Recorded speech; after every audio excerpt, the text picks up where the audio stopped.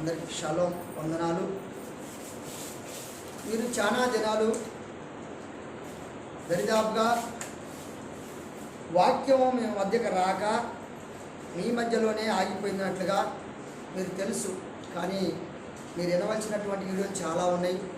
అదే కాకుండా ఈరోజు మనము చాలామంది కొంతమంది నూతనంగా వచ్చిన వారు మరి అంటే ఇదివరకు వచ్చిన వారు కానీ ఇప్పుడు నూతనంగా వచ్చేవారు కానీ బైబిల్లో వారి యొక్క విధానాలు ఎలా ఉండాలా, విశ్వాసానికి సాదృశ్యం ఏంటి, దానికంటే ముందు ఇక్కడ ప్రాముఖ్యంగా విశ్వసించినటువంటి ప్రతి వారిగా కూడా ఏం చేయాలంట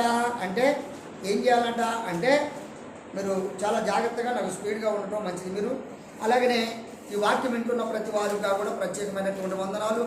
మీరు కూడా తప్పక మీరు చూడాలి. రెండవది మీరు ఫాలో కావాలని నేను ఆశపడుతున్నాను.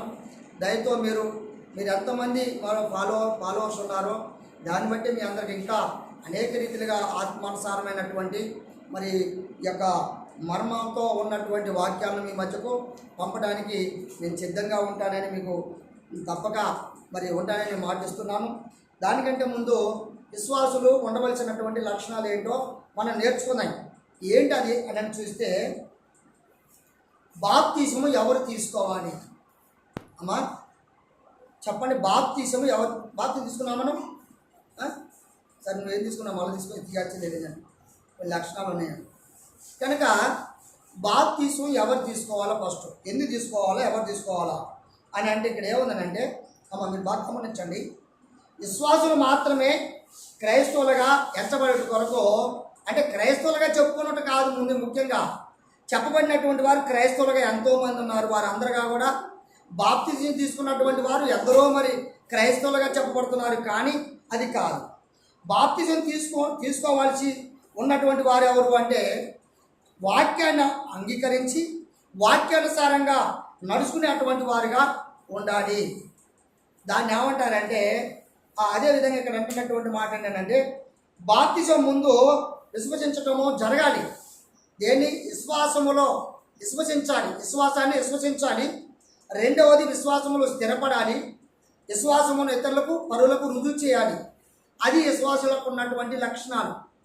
విశ్వాసాన్ని చెప్పడానికి మనలో చాలా సాధనాలు ఉన్నాయి. వాటిని రుజువు చేయటమే మనకు ఉన్నటువంటి యొక్క ప్రాముఖ్యమైనటువంటి. ముఖ్యంగా ఏంటంటే ఇక్కడ చెప్పబడినటువంటి ప్రతి మాట మనం గమనించాల్సినటువంటి అవసరత మనకు లేకపోలేదు. అదేవిధంగా మనకి పరిశుద్ధ గ్రంథంలో నుండి కూడా కొన్ని విషయాలు మనకు తేటగా చెప్పుకోవాల్సినటువంటి మాటలు మనకి ఎన్నో లేకపోలేదు. అదేవిధంగా ఇక్కడ చెప్పబడినటువంటి మాటలు ఏంటంటే ముందుగా ఒక వాక్యం చదువుకుందని వింటున్న మీరందరూ పాతగా ఇదివరకు మీరు బాప్తిని తీసుకున్నటువంటి వాళ్ళు కానీ ఇప్పుడు బాప్తిని తీసుకోవడానికి సిద్ధపడుతున్నటువంటి వారు కానీ ఈ వాక్యాన్ని గ్రహించాల్సినటువంటి అవసరంతో మన అందరికీ ఉందని ప్రేమపూర్వకంగా మీకు తెలియపరుస్తున్నాం. చూద్దాం ఒకసారి. మార్కు సువార్త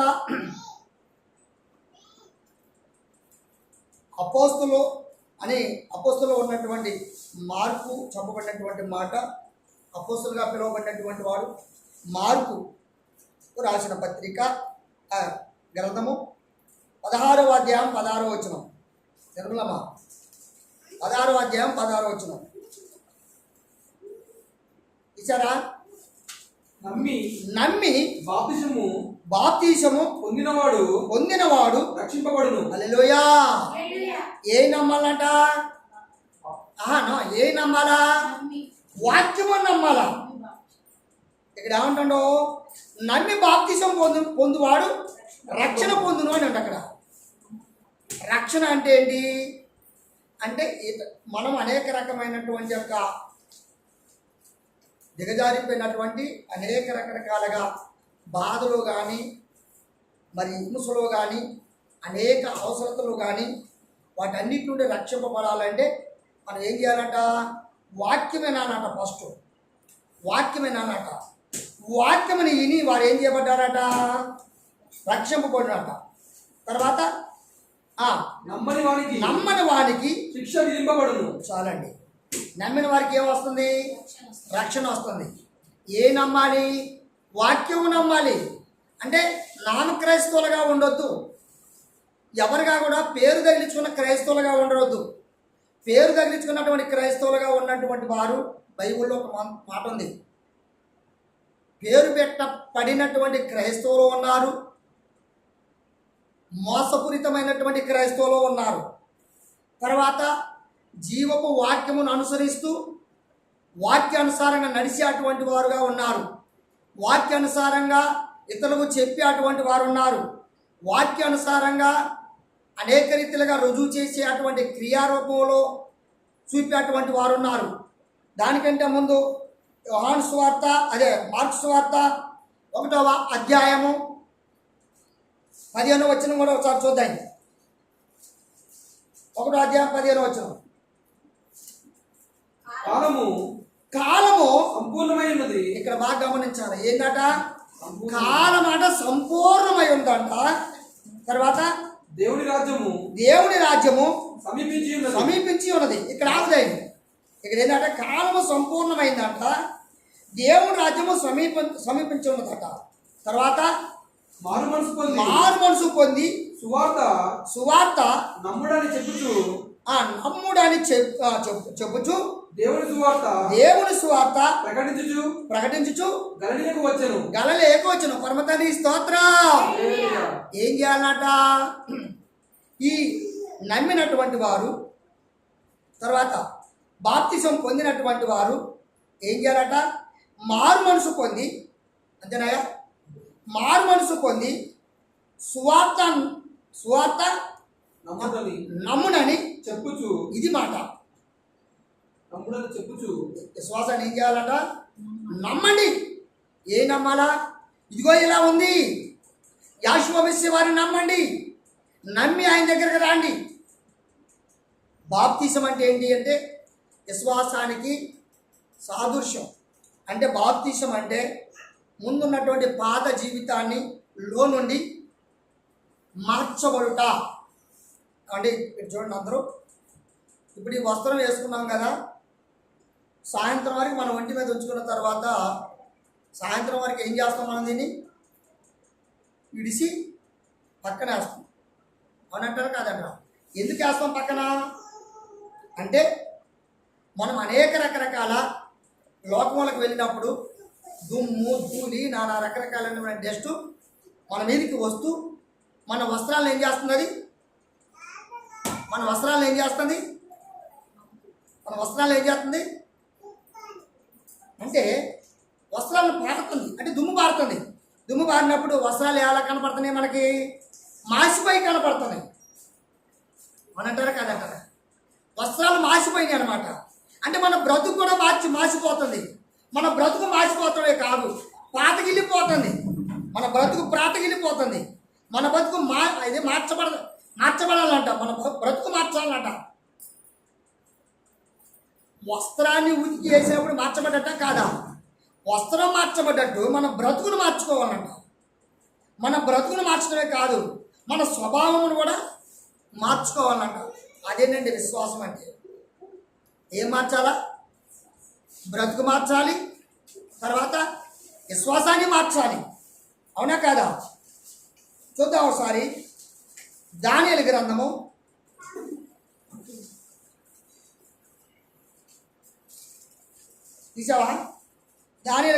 2వ అధ్యాయం 44 వచనం. ఆ రాజు కాలములో పరలోకమందున్న దేవుడు ఒక రాజ్యమును స్థాపించును, దానికన్నటికి నాశనము కలగదు. ఆ రాజ్యము దాని పొందిన వారికి కాగా మరి ఎవరికి చెందదు. అది ముందు చెప్పిన రాజ్యములన్నిటినీ పగలగొట్టి నిర్మూలము చేయును గాని అది యుగముల వరకు. హల్లెలూయా. కనుక ఏం చేయబడుతుందట? నిత్యమైంది. ఏం చేయబడుతుందట? ఏం చేయబడుతుందట? రాజుల కాలంలో అట అమ్మ ఏం చెప్పబడుతుందట? రాజుల కాలంలో పరలోకమందు ఉన్నటువంటి దేవుని యొక్క రాజ్యము, ఒక రాజ్యము స్థాపించునట. ఏ రాజ్యం స్థాపిస్తున్నట? దేవుని రాజ్యం.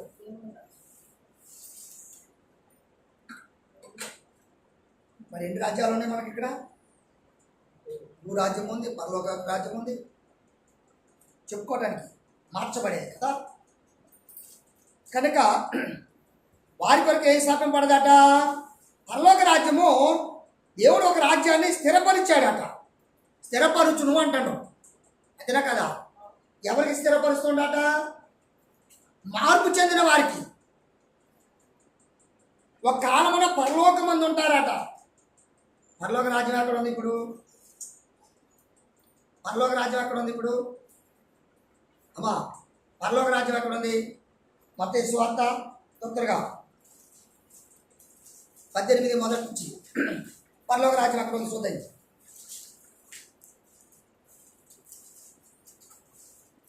అలాగే అప్పుడు తీసుకో. ఇక్కడ ఏమండో? ఆ రాజుల కాలములలో పరలోక రాజ్యమందున్న దేవుడు ఒక రాజ్యమును స్థాపించును అని చెప్పాడు ఇక్కడ. అవునా? ఇక్కడ ఏమంటాడు? ఆ కాలమున శిశువులు యాషువ వద్దకు వచ్చి, ఇక్కడ ఎవరు అంటున్నారు? శిశువులు అంటున్నారు. మెస్సిగా చదవద్దు, వినేవాళ్ళు ఏమంటాడు అక్కడ? ఆ కాలమున శిశువులు మెస్సియా వద్దకు వచ్చి పరలోక రాజ్యములో, ఇది మాట ఆగనమ్మా, ఆయన స్థాపించినటువంటి రాజ్యం ఏదో నువ్వు ఎరిగి ఉండాలి. ఆయన స్థాపింపవలసినటువంటి రాజ్యం ఏదో నువ్వు తెలుసుకొని ఉండాలి. తెలుసుకునే కదా ఆ రాజ్యానికి వెళ్ళేది. కనుక ఒకటి, ఆ రాజ్యాన్ని నువ్వు పోవాలంటే ఏం చేయాలట? విశ్వసించాలన్నట. ఏంటది? రక్షణ వాక్యాన్ని విశ్వసించాలన్నట, దాన్ని నమ్మాలన్నట, దాని ప్రకారం నడుచుకోవాలన్నట, దాన్ని నమ్మి మార్పు చెందాలంట. మార్పు అంటే ఏంటి? తపోస్థానం. తపోస్థానం అంటే బాప్తిసము అంటే ముంచబడుట, నీటిలో కడగబడుట. ఏం కడగబడుట? నీ హృదయమును కడగబడుట, తర్వాత నీ క్రియలను కడగబడుట, తర్వాత నీ బ్రతుకును కడగబడుట, తర్వాత నీ సహవాసమును కడగబడుట, తర్వాత నీ స్థితిని కడగబడుట. ప్రియ సహోదరి సహోదరులారా, బాప్తిసం తీసుకున్న ప్రతి వారు ఎంతమంది నాడు కడగబడ్డారు? ఎంతమంది కడగబడక ఇంకా మురికితోనే ఉన్నారు? మీ బాప్తిసానికి మీకు రుజువు కలిగి ఉన్నారా? మీ బాప్తిసంలో మీకు నిలిచి ఉన్నదా? కొందరు ఎవరు వచ్చినా వారితో మునుగుతూనే ఉంటారు. ఎవరు వచ్చినా వారి దగ్గర మారు మనసు నేను పొందాలని చెప్పి అని అనేకుల చేత ముచ్చబడుతూనే ఉంటారు. అంటే ముంచుడికి ఒక విలువ ఉందండి, మునగటానికి కాబట్టి ఒక విలువ ఉంది. అంటే నీళ్ళు మన మీద పోసినప్పుడు మనం అంటే శుద్ధి చేయబడతామా, అలాగే మురుగుతూ ఉంటామా? శుద్ధి చేయబడతాం. అంటే అర్థమైంది. అమ్మ పీకెత్తలు అడబెట్టామా? అదేదో. కనుక మనిషి బ్రతుకు శుద్ధి చేయబడాలి, మనిషి నడవడిక శుద్ధి చేయబడాలి, మనిషి యొక్క స్థితి శుద్ధి చేయబడాలి. ఇవాళ అనేకమైనటువంటి వారు బాప్తిసం తీసుకున్నటువంటి వారు శుద్ధి చేయబడలేదండి, మార్చబడలేదు. కడగబడ్డారు అంటే ముచ్చబడ్డారు, కానీ ఒంటి మీద ఉన్నటువంటి మురికిపోలేదు. బంకమట్లో దిగారు అనుకోండి, ఎన్ని నీళ్ళు పోసినా బంక పోద్దా? పోదు. ముందు కడగబడాలి. దేంతో కడగబడాలి? అమ్మ చదువమ్మా మత్తయి సువార్తలో. ఆ కాలమున శిశువులు యాజకునికి వచ్చి పరలోక రాజ్యములో ఎవడు గొప్పవాడని అడుగగా ఆయన ఒక చిన్న బిడ్డను తన యొద్దకు పిలిచి వారి మధ్యను నిలబెట్టి ఇట్లనెను, మీరు మార్పు నొంది ఎవరట? బిడ్డ వంటి వారైతేనే గాని పరలోక రాజ్యములో ప్రవేశింపరని మీతో నిశ్చయముగా ఏం చేయబడ్డారట? మార్చబడాలంట కదమ్మా. ఏ విధంగా మార్చబడాలండి?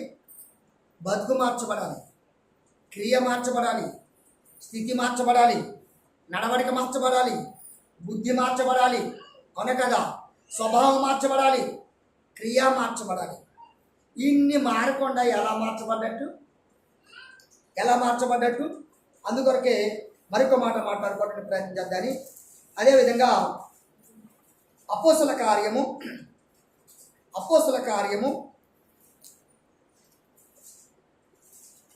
తీసేవతలి 2వ అధ్యాయము 41వ వచనం.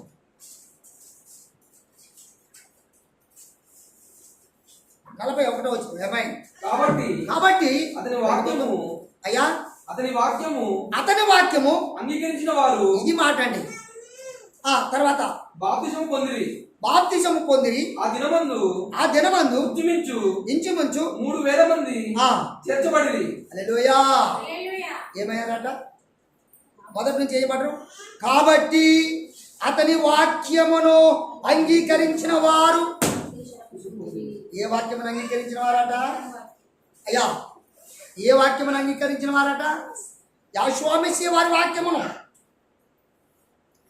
దేవుని వాక్యమును అంగీకరించాలి, దేవుని వాక్యమును గ్రహించాలి, దేవుని వాక్యమును మనము పొందాలి, వాక్యానుసారంగా నడవాలి.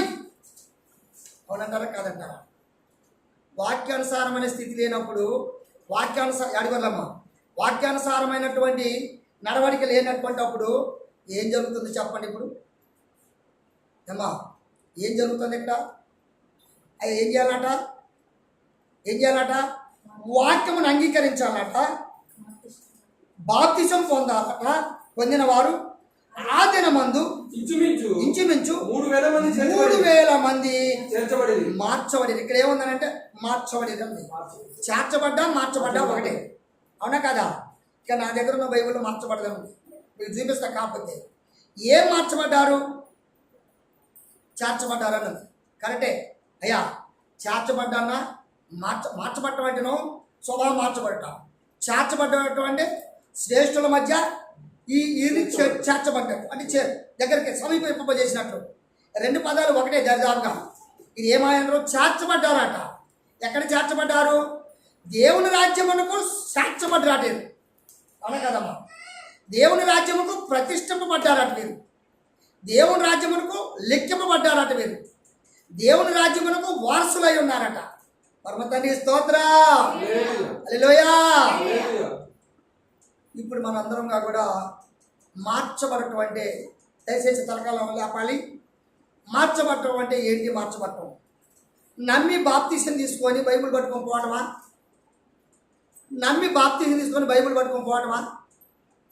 అదేనా మార్చబడటం? అదేనా? ఇక్కడ ఏమన్నా విశ్వాస సహితం అనేటువంటి మార్పు చెందాలన్నాడు కదా అక్కడ, అన్నాడా లేదా? ఒకవేళ అనకపోతే మీకు చూపించాలని ఆశపడుతున్నాను. అదేవిధంగా 38వ వచనం కూడా చూడము ఒకసారి. పేతురు మీరు మారు మనసు పొంది పాపక్షమాపణ నిమిత్తము, ఇదండి మాట. ఏం చేయాలట? మీరు మారు మనసు పొందాలి, తర్వాత పాపానికి అయితేనండి మార్పు చెందాల. ముందు మారు మనసు పొందాలట, తర్వాత పాపానికి క్షమాపణ కలగాలట. అమ్మా ఏం కావాలంట? పాపానికి క్షమాపణ రావాలట.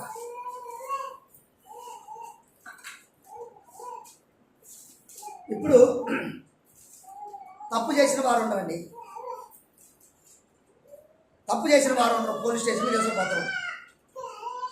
అయ్యా నేను మారిపోతాయ్యా, నేను పాపం చేయనయ్యా, తప్పు చేయనయ్యా, ఇక మీదట మళ్ళీ అలా క్రియేట్ చేయనయ్యా, వాళ్ళని తిట్టనయ్యా, వాళ్ళని కొట్టనయ్యా, వాళ్ళు ఇలా చేయను అలా చేయను, నేను మార్చబడతాయా, నేను ఇలాంటి స్థితికి పోనయ్యా.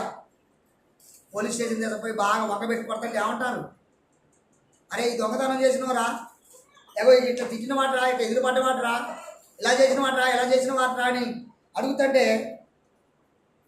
నిజమేయా, అలా చేస్తే నిజమే, అందుకే పట్టుకున్నారు, కోర్టు తీసుకొచ్చి కొట్టిస్తున్నారు.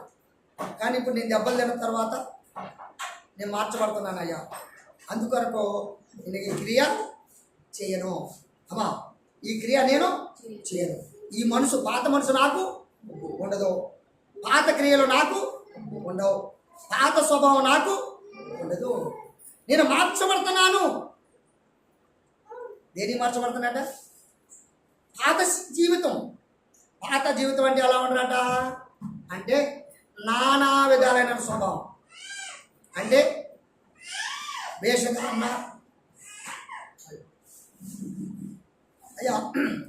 వేషధారణ, అలాగనే మోసకరమైన జీవితం, అలాగనే అబద్ధపు జీవితం, అలాగనే ఇలా చెప్పుకుంటూ పోతే అనేకమైనటువంటి స్థితి మనుషులకి ఉంటుందట. ఉదాహరణకు ఓ పురుషుడు బజార్కి వెళ్ళాడు అనుకోండి. ఓ పురుషుడు బజార్కి వెళ్ళాడు అనుకోండి, స్వభావం మార్చబడదు అనుకోండి. ఎవరైనా చక్కని నాకు అమ్మాయి ఎదురొచ్చింది అనుకోండి, ఈ అమ్మాయిని చూసి ఏమంటాడు అతను? మార్చబడిన అతను ఏమంటాడు? అమ్మ చెల్లి బాగున్నవారా? పెద్ద అమ్మ అయితే అక్క బాగున్నవారా? ఇంకా పెద్ద మనిషి అయితే అమ్మ బాగున్నావమ్మా. ఇంకా పెద్ద ఆవిడైతే అమ్మమ్మ బాగున్నావమ్మా. ఒకటేగా స్త్రీ. ఎన్ని భావాలు వచ్చినాయి ఇప్పుడు ఇక్కడ ఏమండి? అంటే అలాంటి స్వభావం కలిగి ఉండాలంట. కొంతమంది స్త్రీలుగా కూడా అలాంటి భావనలు లేకుండా, అలాగే భావాలు ఉన్న వాటిలో నుండి మార్చబడాలన్నమాట. కొంతమంది ఏం చేస్తారంటే కుటుంబంలో అనేకమైనటువంటి జిటపట్లు, అంటే గొడవలు, శకాకులు, అనేకమైన ఇబ్బందులు, వ్యతిరేకతలు, అనేకమైన ఒకరి పట్ల ఒకరి దూషణలు, అంటే ఒకరినొకరిని అసహించుకోవటం, సమాధానం లేకుండా ఉండటం. పిల్లలకు మారు మనసు ఉంటే పెద్దలకు మారు మనసు ఉండదు, పెద్దలకు మారు మనసు ఉంటే పిల్లలకు మారు మనసు ఉండదు. ఇప్పుడు ఇది మార్చబడ్డారా? పేరుకు మాత్రం మీరు క్రైస్తవులు. ఏమండి? పేరుకు మాత్రం మీరు క్రైస్తవులు. చెప్తారా లేదా? మేము బాప్తిసం తీసుకున్నామండి. భార్యను క్షమించే గుణం ఉండాలి భర్తను క్షమించే గుణం ఉండాలి భార్యకి. ఇతరులు ప్రేమించే గుణం ఉండాలి కుటుంబానికి. సంఘ సవాసమును బట్టి ముందుకు నడుచుకునేటువంటి విశ్వాసం ఉండాలి. కాబట్టి అలాగనే మరొక మాట చదువుకుందానా? అదేవిధంగా ఇక్కడ అంటున్నటువంటి మాట ఏంటంటే మారు మనసు, బాప్తిసము, క్షమాపణ, పరిశుద్ధాత్మ. అదే అపోస్తలుల కార్యాలు 2:28 వచ్చిన పేతురు మీరు మారు మనసు పొంది పాపక్షమాపణ నిమిత్తము ప్రతివాడు యెహోవా మెస్సియా నామమున బాప్తిసము పొందుడి. హల్లెలూయా పొందుడి.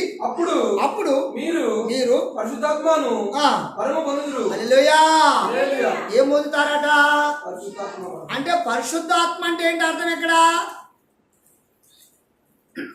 శుభ్రమైన ఆత్మ, మలినము కానటువంటి ఆత్మ, పాపము చేయనటువంటి ఆత్మ, ద్వేషించినటువంటి ఆత్మ, ప్రేమించే ఆత్మ. అవునా కదా ఎన్ని రకాలు ఉందమ్మా పరిశుద్ధాత్మకు? ఎన్ని రకాలుగా ఉంది పరిశుద్ధాత్మకు రుజు? ఇదేం చేయాలట? పరిశుద్ధాత్మను వరమును పొందుదురు. హల్లెలూయా. మీరు పరిశుద్ధాత్మ వరం పొందారా? అయినట్లయితే మీ ఇంట్లో సమాధానం ఉండాలి. నీ ఇంట్లో సమాధానమే కాదు, నీ కుటుంబంలో సమాధానం ఉండాలి. నీ కుటుంబంలో కాదు, నీ కుటుంబ సభ్యుల మధ్య సమాధానం ఉండాలి. కుటుంబ సభ్యుల మధ్య సమాధానమే కాదు, సమాజముకు వెళ్ళినప్పుడు కూడా నీకు సమాధానం ఉండాలి. సుమి జాగ్రత్త. ఎవరైతే సమాధానం లేనటువంటి వారై ఉన్నారో, సమాధానం లేని వారికి మాత్రమే ఈ మాట చెప్తున్నాం. సమాధానం లేని వారికి ఈ వాక్యము, సమాధానము లేని వారు నేర్చుకున్నట్టుకు ఈ వాక్యము, సమాధానము తెలుసుకున్నట్టుకు ఈ వాక్యము, సమాధానం అను వాక్యమును గ్రహించి నడుచుకునే వారికి మాత్రమే ఈ వాక్యము. కనుక మరొక మాట ఏమంటున్నాడు చూద్దాం అక్కడ. అందుకే అంటాడు మారు మనసు మారు మనసు పొంది దాంట్లో రక్షణ ప్రమాణమును, పరిశుద్ధాత్మ అను వరమును పొందాలట. ఇక్కడ ఎన్ని ఉన్నాయట? రక్షణ ఒకటి ఉందట. మారు మనసు ఉందంట, మారు మనసు, రక్షణ, పాపక్షమాపణ. ఈ మూడిటికి సాదృశ్యమైన పరిశుద్ధాత్మ రుజువు అంట. పరిశుద్ధాత్మనే వరం అంటే ఇది, అవునా కాదా? ఎన్నిటికంటయ్యా? ఒకటి మారు మనసు, పాపక్షమాపణ, తర్వాత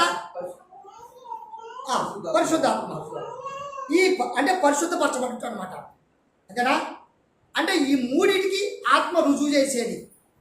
ఈ పరిశుద్ధాత్మ మనం పొందిన వారు ఎలా ఉంటారంటే పాపం చేయరు, అబద్ధం ఆడరు, ఎదురు ఆడరు, మోసం చేయరు, ఇతరుల మీద సాడీలు చెప్పరు, ఇతరులను మోసగించరు, ఇతరుల సహవాసం చేయరు, ఇతరుల యొక్క నడవడిక ఉండదు, ఇతరుల యొక్క ధనాన్ని ఆశించరు, ఇతరుల యొక్క అనేక రీతిలో ఇలా చెప్పుకుంటూ పోతే అనేక స్వభావాలు కలిగినటువంటి వారిగా ఉండాలి ఈ రోజులో.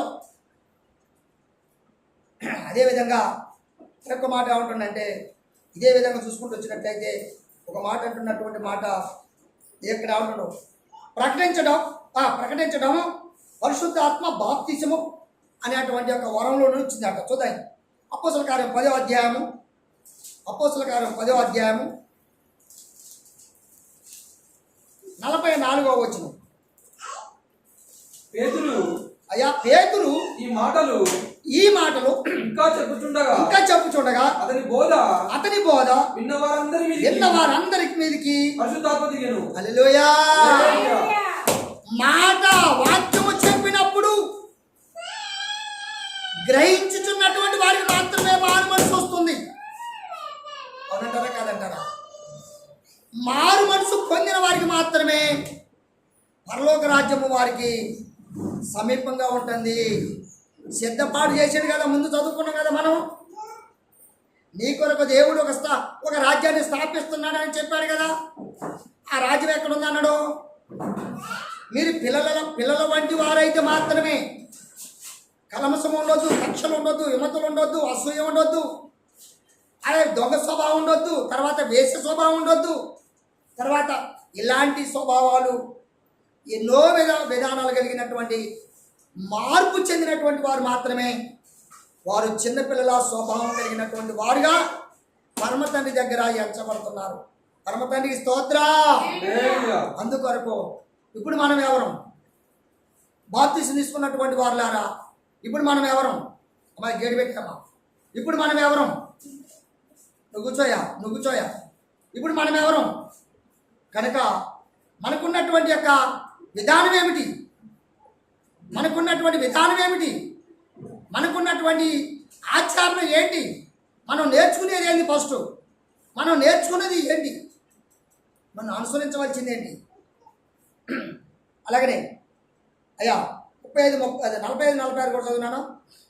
సారీ, అది కాదు అయ్యా, 2వ అధ్యాయం 2వ వచనం, అదే అపోస్తల కార్యం. అప్పుడు వేగముగా ఇచ్చు బలమైన గాలి వంటి యొక్క ధ్వని ఆకాశము నుండి అకస్మాత్తుగా వారు కూర్చొని ఉన్న ఇల్లంతయు నిండెను.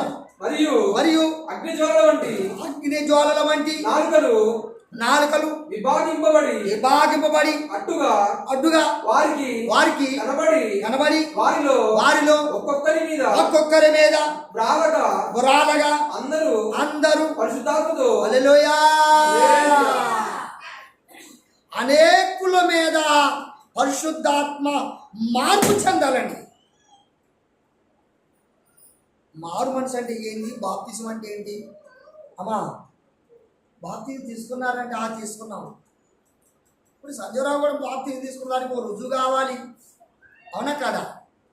నేను ఇక్కడ నీతి మాటలు చెప్తా, అవతల పోయి సాడీలు చెప్తా. ఇక్కడ నీతి మాటలు చెప్తా, ఆడ వేరే స్వభావం చూపిస్తా.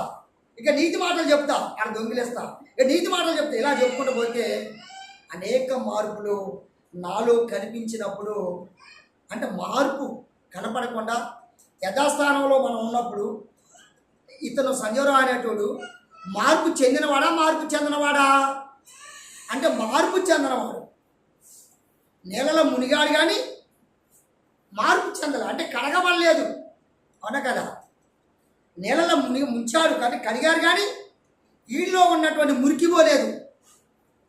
మురికి అంటే ఏంటి? పాపం అనే మురికి, దోషం అనే మురికి, అలాగనే పాప క్రియల మురికి, ద్వేషము మురికి, అసూయ మురికి, ఇలాంటి మురికి అనేకమైన మురుకులు ఇళ్ళలో నుండి కడగబడలేదండి. బాప్తిసానికి ఉన్న మార్పు ఇగో ఇదండి మార్పు. బాప్తిసం తీసుకోవడం అంటే బాప్తిసం కాదండి. బాప్తిసం అంటే మార్చబడాలి. అదేవిధంగా కొన్ని విషయాలకి నేను కొన్ని విషయాలు చెప్తుంటా. నేను చదివేదానికంటే ముందు ఇక్కడ ప్రకటించడము పరిశుద్ధాత్మ వరమాట. అదే ఇప్పుడు చదువుకున్నాం మనం. ఎలోయము ఆ దృష్టిలో శిశువులకు ప్రత్యేక స్థానమున ఉన్నట్లుగా స్థాపింపబడుతుందట. అదేవిధంగా ఇక్కడ అప్పుడు విశ్వసించిన తరువాత వచ్చే బాప్తిసం అనే వారికి అనబడినటువంటి వారికి మార్పు చెందినటువంటి వారి ఒక స్థితి ఏమవుతుందటంటే వారందరూ 18వ అధ్యాయం మళ్ళీ ఒకసారి చదవండి. మత్తయి సువార్త 18వ అధ్యాయం 10వ వచనం చూడండి. మత్తయి సువార్త 18వ అధ్యాయం. బాబా ఇట్లా హాయ్ రానే రాదా మా పిల్లలు కూడా. ఈ చిన్నవారిలో ఒక్కనైనను తృణీకరింపకుండా చూచుకొనుడి. వీరి దూతలు పరలోకమందున్న నా తండ్రి ముఖమును ఎల్లప్పుడూ పరలోకమందు చూచుచున్నారని మీతో చెప్పుచున్నాను. చాలండి. ఇది ఎలా ఉండాలట? అటు చూడకయ్యా, ఏం కాదు. ఎలా ఉండాలట? మళ్ళీ మొదటి మళ్ళీ చదువు. ఈ చిన్నవారిలో ఒకరినైనను. చిన్నవారు ఎవరండి? ఇప్పుడు చిన్నపిల్లల అయితేనండి. చిన్నవారండి చిన్నపిల్లలా? ఇప్పుడు చెప్పండి, చిన్నపిల్ల ఇప్పుడు ఎవరు చిన్నపిల్లలు? బైబిల్లో ఒక మాట ఉంది. మా యోహాను సువార్తలో ఏమన్నాడంటే ఆశీర్వదించేవారు చిన్నపిల్లలారా మీ భోజనంకి ఏమైనా ఉందా అన్నాడు లాస్ట్ అధ్యాయంలో. భోజనం అంటే ఏంటి? వాక్యం అనే భోజనం మీ దగ్గర ఏమన్నా ఉందా? ఒకటి చిన్నపిల్లలారా అన్నాడు. లోనికి వచ్చి బేడమెట్టరా. అసలు చిన్నపిల్లలు ఎవరు అయ్యా? అసలు చిన్నపిల్లలు ఎవరు అంటే దేవుని దగ్గరకు వచ్చినటువంటి వారందరూ, మార్పు చెందిన వారందరూ చిన్నపిల్లలే. ఎలాంటి వారట? మార్పు చెందిన ప్రతి వారు పరమ తండ్రి దగ్గర చిన్నపిల్లలే. లోకం పట్ల కాదండి, పరమ తండ్రి దగ్గర చిన్నపిల్లలే, కానీ పెద్దవారు కాదు. పెద్దవారు ఎవరికి పెద్దవారు అవుతారు?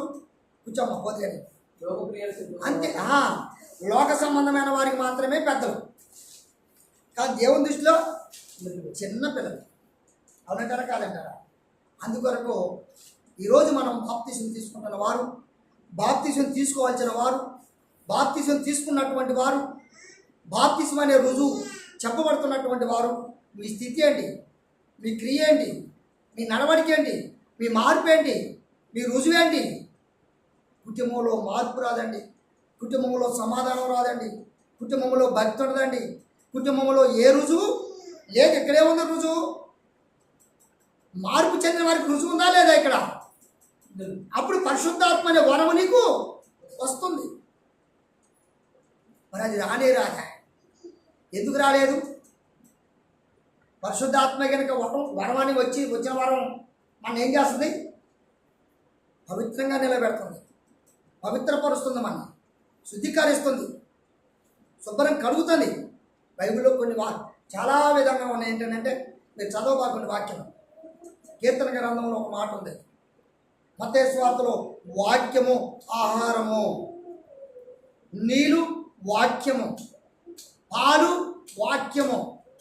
పేతురు పత్రికలో పాలు వాక్యము 2 పేతురు అధ్యాయం చదవకండి.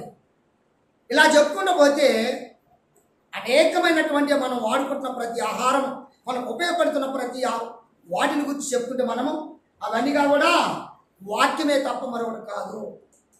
అందుకొరకే వాక్యమును నేర్చుకోవడానికి వచ్చిన వారందరూ చిన్నవారే, తర్వాత శిశువులే, పెద్దలు కాదు. ఇవాళ అనేకమైనటువంటి వారు ఉన్నారు. వాక్యమును పంపిస్తే గ్రహించేవారు లేరు, వాక్యమును పంపిస్తే వినేవారు లేరు, వాక్యమును పంపిస్తే ఓ ఇతనేనా, ఓ ఇంతేనా, నాకు తెలవదా? నువ్వు ఎక్కడున్నావో తెలుసా? అది అంటున్నటువంటి వాళ్ళారా, మీరు ఎక్కడున్నారో తెలుసా? దేశంలో ఉన్నారు, మరి ఏం కదప్ప, సంకనే ఉన్నాడు, కంగారు పడకండి, ఇక్కడ ఉండండి, మీరు ఎక్కడ పోకండి. కనుక ఒక ఉదాహరణ ఏంటంటే, మా పెద్దమ్మ ఒక ఆమె ఉంది, సాధనగూడలో ఉన్నాం మేము అప్పుడు. మా ఇంట్లో అప్పుడు ఒక అయ్యగారు వచ్చి ప్రార్థన పెట్టాడు. అక్కడ మా పెద్దమ్మ వచ్చి అంటుంది, ఏమంటుందో తెలుసా? అమ్మా, పిల్లి అదే పొయ్యి మీద పాలు పెట్టి వచ్చిందంట, పాలు పొంగుతూనే పిల్లి తాగుతుంది తేవదు. అప్పుడు అంటుందంట, సత్యం వెళ్తుంది, ప్రార్థన కూర్చొని అంటుంది, ఏమంటుందో తెలుసా? అమ్మాయి పాలు పోయినాయి, అమ్మాయి పాలు పోయినాయి, అమ్మాయి పాలు ఎక్కడుందమ్మా? మా పెద్దమ్మ పాల దగ్గర ఉంది. అసలు మనిషి ఎక్కడ ఉంది ఇప్పుడు? ప్రార్థనలో ఉంది. జాగ్రత్త సుమి, మీరు ఎక్కడ ఉంటున్నారో జాగ్రత్త. మందిరంలో అడుగు పెట్టడం కాదు అక్కడ, మందిరంలో ఉన్నామని లెక్కించడం కోసం కాదు అక్కడ. నీ స్థితి ఎక్కడ ఉంది, నీ బతికి ఎక్కడ ఉంది, నీ మార్పు ఎక్కడ ఉంది, నీ క్రియ ఎక్కడ ఉంది? ఫస్ట్ దాన్ని చూసుకో. ఫస్ట్ దాని ప్రకారంగా అనుసరించడానికి ప్రయత్నం చేద్దాం. కనుక ఏది ఏమైనా కానీ మనం అర్థం చేసుకొని ఇంకా మీరు నేర్చుకోవడానికి విశ్వాసం అనేటువంటి సూత్రాలు, బాప్తీసానికి నేర్చుకోవడానికి ఇంకా అనేకమైన మార్గాలు ఉన్నాయి, అనేక వాక్యాలు ఉన్నాయి. మీకు ఇష్టమైతే మరి నన్ను ఫాలో కాండి. ఇంకా మీకు అనేక అర్థాలతో మీకు తెలియపరచడానికి నేను సిద్ధంగా మీ మధ్యలో ఉన్నాను. మీ అందరి విషయాల్లో